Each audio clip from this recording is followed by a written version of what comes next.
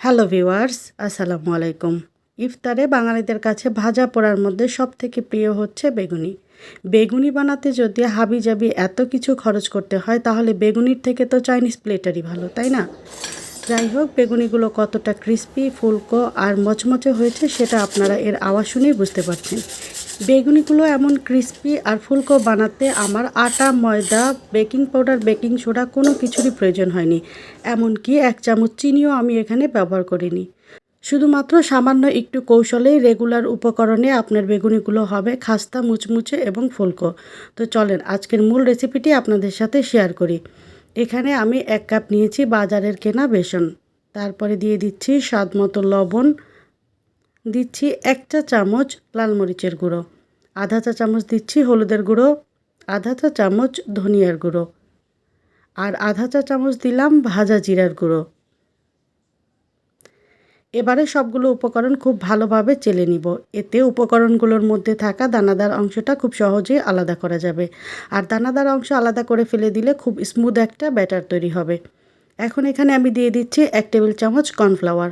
আপনারা কর্নফ্লাওয়ারের পরিবর্তে শুকনো চালের গুঁড়ো ব্যবহার করতে পারবেন। শুকনো উপকরণগুলো খুব ভালোভাবে মিশিয়ে নিব। মিশিয়ে নেওয়া হয়ে গেলে এখন আমি এখানে নিয়েছি নর্মাল টেম্পারেচারের 1 কাপ পানি।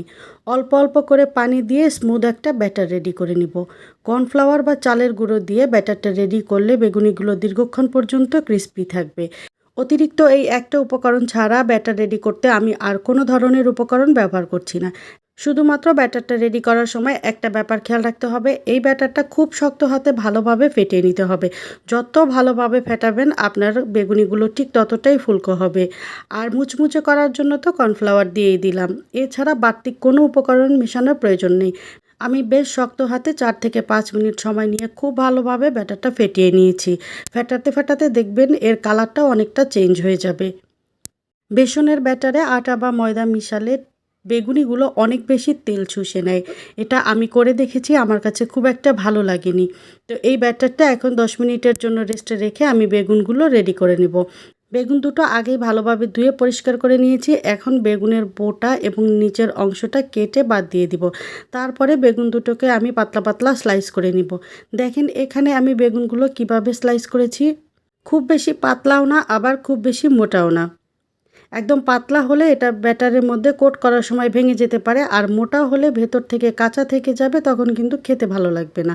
এখানে যেভাবে দেখিয়েছি এভাবে করলে বেগুনটা খুব তাড়াতাড়ি সিদ্ধও হবে, আবার খেতেও ভালো লাগবে। তো এখন একটা বাটিতে আমি 1 কাপ পানি দিয়ে দিচ্ছি আর দিচ্ছি 1 চা চামচ লবণ।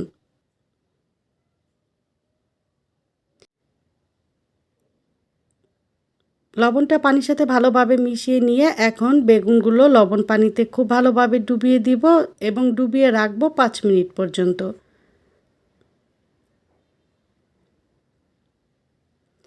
এভাবে ডুবিয়ে দিলে বেগুনগুলোর ভেতরে লবণ কিছুটা ঢুকবে এবং বেগুনিটা খেতে আর পানসে পানসে লাগবে না।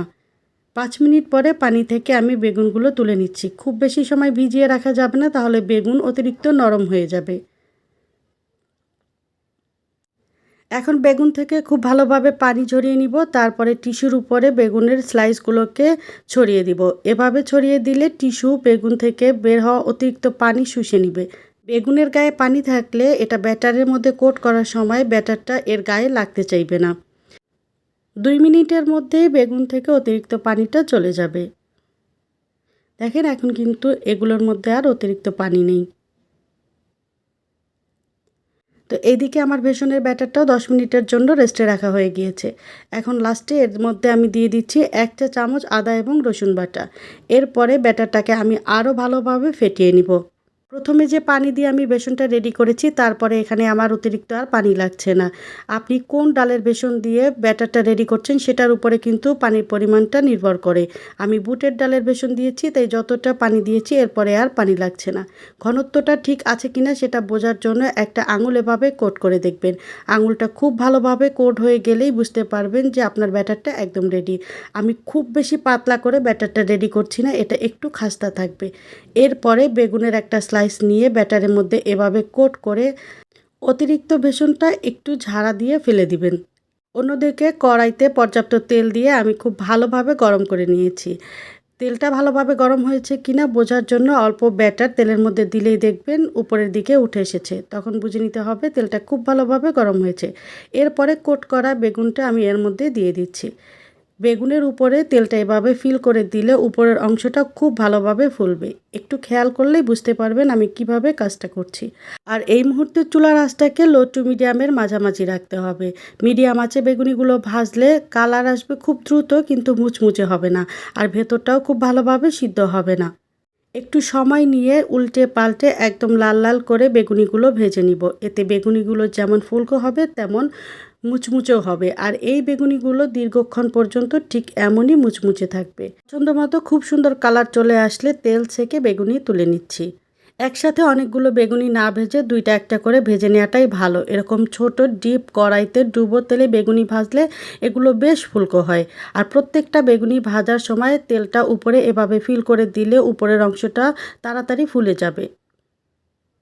ঠিক একই রকম কালার হয়ে আসলে এই বেগুনিটাও তুলে নিচ্ছি। দেখতেই পাচ্ছেন কালারগুলো কেমন সুন্দর আর বেগুনিগুলো কেমন ফুলকো হয়েছে। ঘরে থাকা একদম সাধারণ কিছু উপকরণ আর বাজারের কেনা বেসন দিয়ে আপনাদের সাথে ফুলকো ফুলকো বেগুনির রেসিপিটি শেয়ার করেছি। দেখতেই পেয়েছেন এখানে কোনো আটা, ময়দা বা অতিরিক্ত কোনো কিছুরই প্রয়োজন হয়নি। আশা করছি আমার আজকের রেসিপিটি আপনাদের কাছে ভালো লেগেছে। যদি ভালো লাগে তো লাইক, কমেন্ট, শেয়ার এবং সাবস্ক্রাইব করে পাশে থাকা বেল আইকনের অল অপশনটি সেট করে রাখার অনুরোধ থাকবে। দেখা হবে পরবর্তী কোনো রেসিপিতে। ততক্ষণ পর্যন্ত ভালো থাকবেন। আল্লাহ হাফেজ।